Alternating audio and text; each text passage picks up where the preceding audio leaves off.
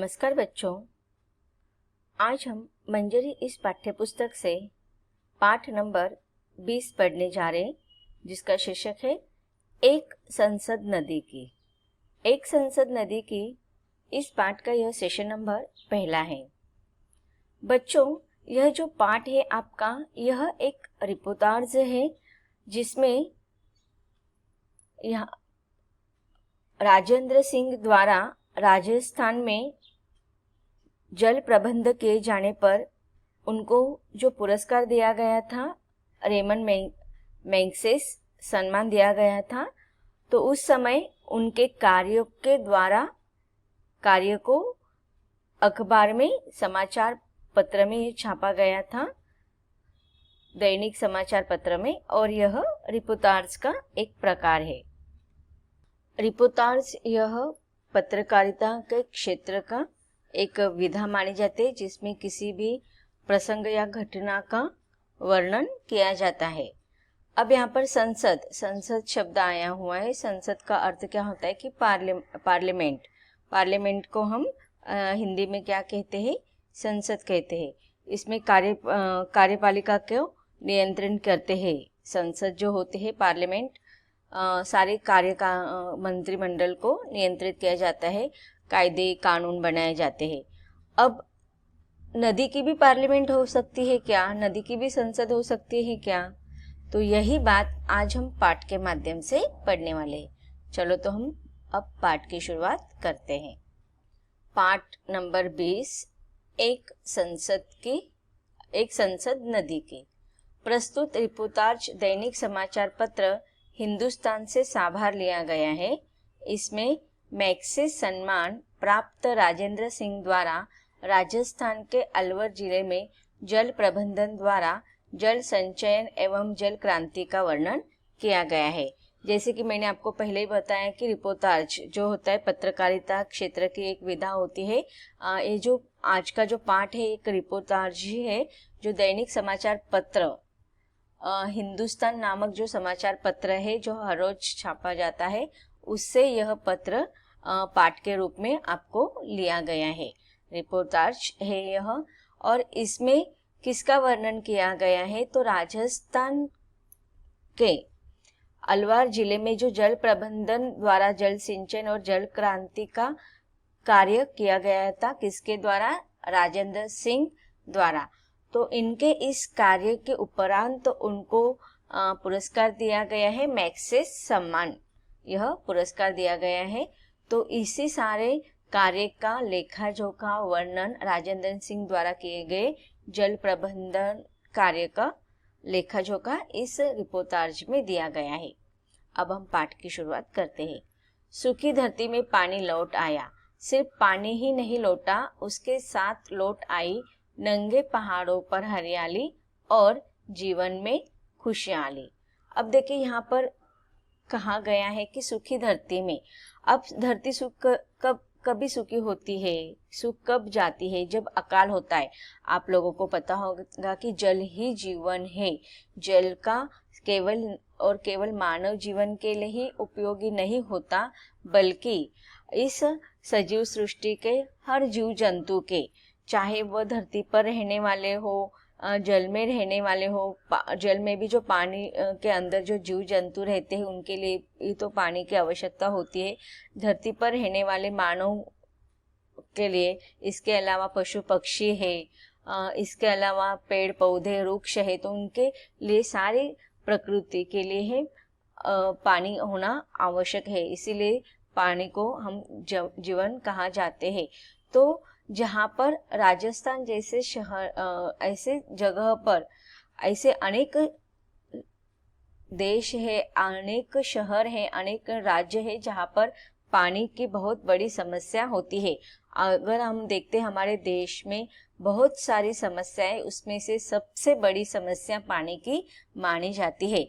अगर यह पानी की समस्या कम हो जाए तो किस प्रकार से मनुष्य का ही नहीं बल्कि सारी सजीव सृष्टि के जीवन में खुशहाली छा जाती है, इसका वर्णन अब यहाँ पर लेखक करते हैं।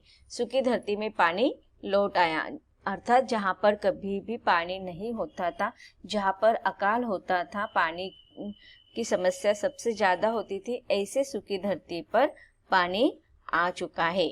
सिर्फ पानी नहीं, जैसे ही पानी आ गया तो किस प्रकार से उस धरती पर जीवन आ गया है। उसके साथ नंगे पहाड़ों पर हरियाली, अर्थात नंगे पहाड़ का अर्थ क्या होता है कि ऐसे पहाड़ जहां पर कभी भी वृक्ष नहीं थे, पेड़ नहीं थे, पौधे नहीं थे, तो ऐसे नंगे पहाड़ों पर क्या हो गया, पानी आने से सर्वत्र हरियाली छा गई और सर्वत्र जीवन में खुशहाली, आनंद ही आनंद आ गया।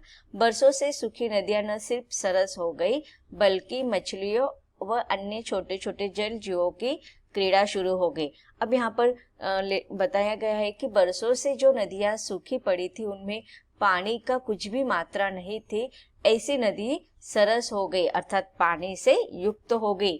और उन नदियों में पानी आने पर उस पानी पर निर्भर रहने वाले छोटे छोटे जीव जंतु, अर्थात मछलियां या अन्य जो जल जीव होते हैं, वह सारे क्रीड़ा शुरू हो गए। उन पानी पर निर्भर रहने वाले जो कीटक होते हैं, जीव जंतु होते हैं, उनका जीवन संचारित हो गया। जगह जगह पानी जमा होना, कुओं का फिर से चढ़ जाना और हरे भरे होते जा रहे खेतों में पानी फेंकती मशीनें देखकर सहसा यकीन करना मुश्किल हो जाता है कि क्या यह वही धरती है जो हर साल मौसम आते ही अकाल और सूखे की चपेट में आ जाती है। अब देखिए यहाँ पर किस प्रकार से परिवर्तन हुआ है, इसका वर्णन किया गया है कि एक समय ऐसा था कि यह धरती सिर्फ बरसात के पानी पर ही वहां पर उस धरती पर पानी दिखाई देता था। अन्य तीन ऋतु होते हैं, आप लोगों को पता है, बरसात, वर्षा ऋतु, देन गर्मी की ऋतु होती है, ठंडी का मौसम होता है। तो इस प्रकार से इन तीनों ऋतु में अगर देखा जाए तो केवल बरसात के दिनों में भी जितना पानी आता है उतना ही पानी इस धरती को मिलता है। इसके अलावा वहां पर पानी न होने के कारण अकाल और सूखे की चपेट हो जाती है। लेकिन आज पानी आ जाने से क्या हो गया, जगह जगह पर पानी, कुओं में पानी, नदी में पानी, और इसके कारण हरे भरे खेतियों में भी तरह तरह के मशीनों के द्वारा खेतियों में पानी पहुंचाया जाता है।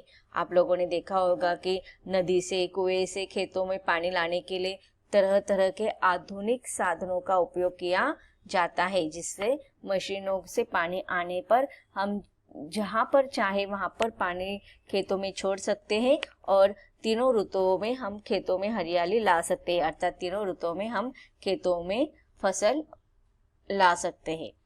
राजस्थान की धरती पर हुई यह जल क्रांति एक दो नहीं करीब 15 सालों के कड़े संघर्ष और समाज की अथक मेहनत का नतीजा है। अब देखिए यहाँ पर जिस धरती के बारे में बताया जा रहा है वो कौन सी धरती है, तो राजस्थान की धरती है। और राजस्थान की धरती पर अब जो जल क्रांति आई है वह संघर्ष जो है वह लगभग कब से शुरू था, पिछले 15 साल से यह जल क्रांति की, जल संचयन की जो आंदोलन था वह शुरू हो गया था। और इस प्रकार लगभग 15 साल के कड़े मेहनत के बाद, कड़े संघर्ष के बाद और वहाँ के लोगों के अथक मेहनत के बाद, परिश्रम के बाद आज यह नतीजा निकल गया है कि यहाँ पर सर्वत्र पानी ही पानी मौजूद है। इस जल क्रांति को संभव करने में केंद्रीय भूमिका रही राजेंद्र सिंह की। तो अब यह जो एक समय था कि अकाल और सूखे के कारण राजस्थान यह नंगा प्रदेश माना जाता था, कभी भी वहां पर हरियाली नहीं होती थी, फसलों के लिए पानी मौजूद नहीं होता था, पीने की पानी की भी बहुत ही अवस्था दयनीय होती थी। तो इस प्रकार आज जो जल क्रांति का जो विशेष योगदान इस राजस्थान की धरती पर आई है, उसका मेन अगर देखा जाए तो प्रमुख भूमिका, केंद्रीय भूमिका अगर किसी की है तो यहाँ पर बताया जा रहा है कि किसके हो, राजेंद्र सिंह की। इनके प्रयासों की सुखद और अनूठी मिसाल है वे 5 नदियां जो 2 दशक पहले सूख गई थी पर अब सदानीरा हो गई है।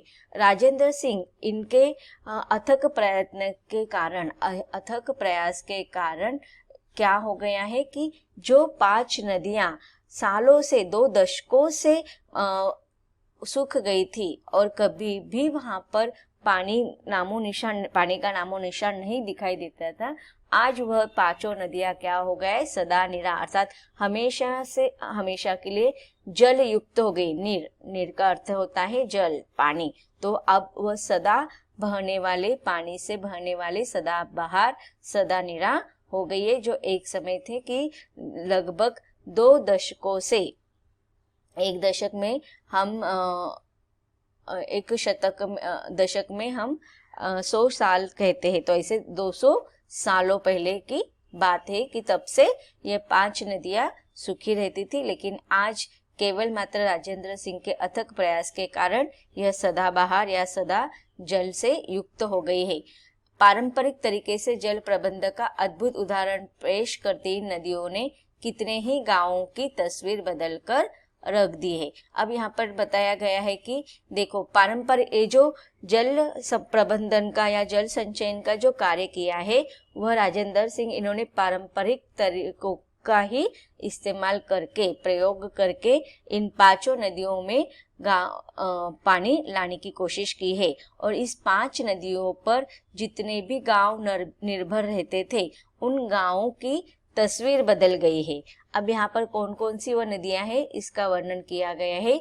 इन 5 नदियों के नाम है अखरी, रूपारेल, सरसा, भगानी और जहाज।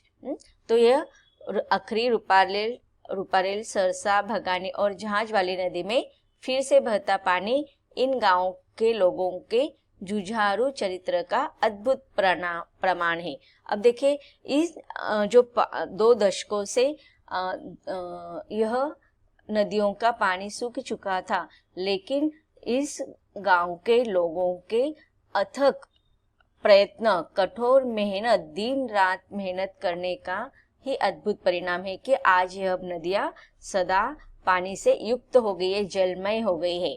अलवर जिले में अपनी मेहनत से सूखी नदियों को फिर से पानीदार बनाने वाले गांव के मेहनतकश लोगों ने इन्हें अपनी संपत्ति मान लिया है। अब देखिए, यहाँ पर राजस्थान में जो अलवर जिला है जिसमें ये 5 नदियां आती है, और इस 5 नदियों के इर्द गिर्द में रहने वाले लोगों ने जो कुछ मेहनत की है और जो कुछ उन्होंने एकता का सबूत दिखाया है, इन नदियों में आज जो पानी दिखाई दे रहा है, इस नदियों को पानीदार बनाने वाले जो गांव के लोग हैं उनकी मेहनत यहाँ पर दिखाई दे रही है। और इसी अपने ही मेहनत के कारण आज जो उन्हें जल से युक्त सुख दिखाई दे रहा है, तो यह नदियां उनके लिए एक संपत्ति के स्वरूप ही है। तो ये नदियां उनके लिए एक संपत्ति के स्वरूप है, इन्होंने यह संपत्ति अपनी मान ली है।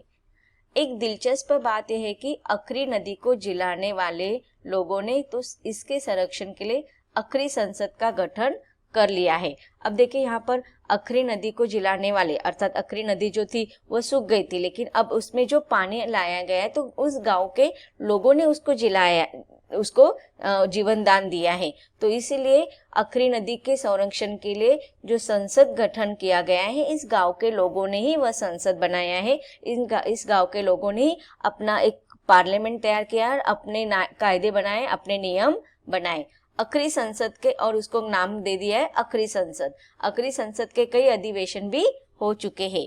इन बैठकों में लगभग 75 गांव के लोग हिस्सेदारी करते हैं।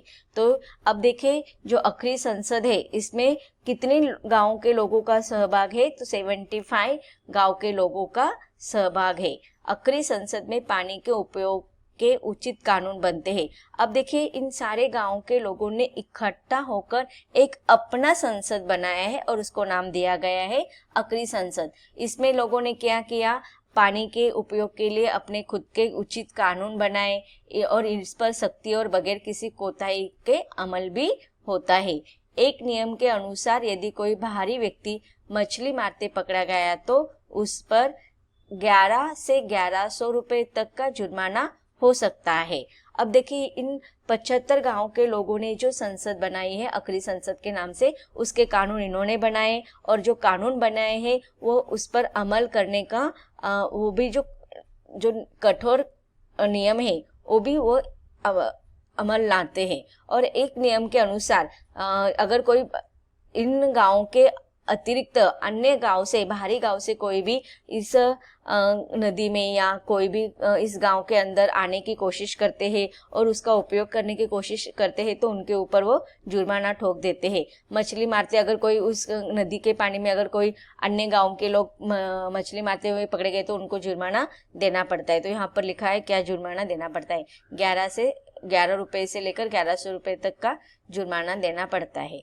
इस नदी पर किसी सरकार का नहीं, अकरी संसद का कानून चलता है। अब देखिए यहाँ पर जो संसद बनाई गई है, अखरी संसद, इस पर है ना किसी और कानून, अखरी संसद पर किसी और संसद का कानून नहीं चलता है। अब देखा जाए तो देश का एक अलग सा संसद होता है, अलग सा पार्लियामेंट होता है, लेकिन इन लोगों ने क्या किया है, अपने गांवों को मिलाकर अपना खुद का एक संसद बनाया है और उसके नियम वो सब उन्होंने खुद बनाए हैं और उसका अमल भी वही खुद करते हैं। इनके संसद के अंदर किसी और संसद का कानून नहीं चलता है। इस समय अखरी संसद के 100 से ऊपर सदस्य है। तो बच्चों, अब तक हमने देखा कि राजस्थान के धरती पर किस प्रकार से जल क्रांति की शुरुआत हुई है, इसका वर्णन हमने अब तक के सेशन में देखा। इसके आगे भी हमें राजस्थान की इस धरती पर पानी लाने के लिए क्या क्या कोशिश की गई, किस प्रकार से यह कार्य किया गया, इसका वर्णन पढ़ेंगे, लेकिन इसको हम इसके अगले सेशन में पढ़ेंगे। धन्यवाद।